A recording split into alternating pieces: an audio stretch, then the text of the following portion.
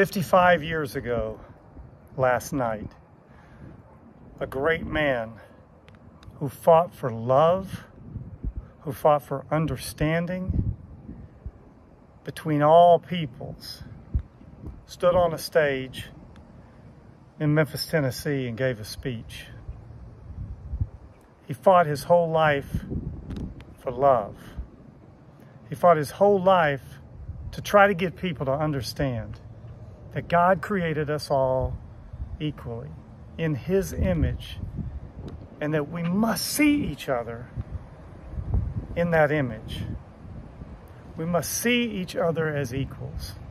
We must learn to see the struggles that we each go through. He had powerful ideas and powerful words and a heart full of love. And he said these words last night, 55 years ago. He said, well, I don't know what will happen now. We've got some difficult days ahead, but it really doesn't matter with me now because I've been to the mountaintop and I don't mind. Like anybody, I would like to live a long life. Longevity has its place, but I'm not concerned about that now.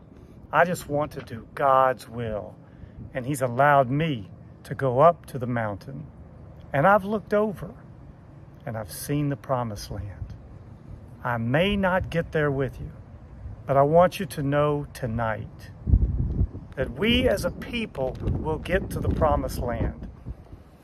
And then he said, and I'm so happy tonight. I'm not worried about anything, not fearing any man.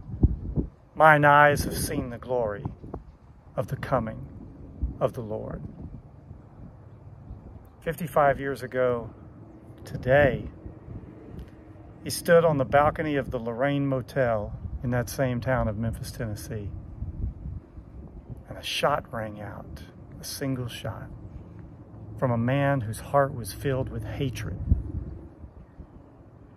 And Martin Luther King Jr. saw the promised land and saw his Savior that night. And he left us with an incredible legacy that we have to ask ourselves, what will we do to live out the truths that Martin Luther King preached on? That more than anything else, we love God.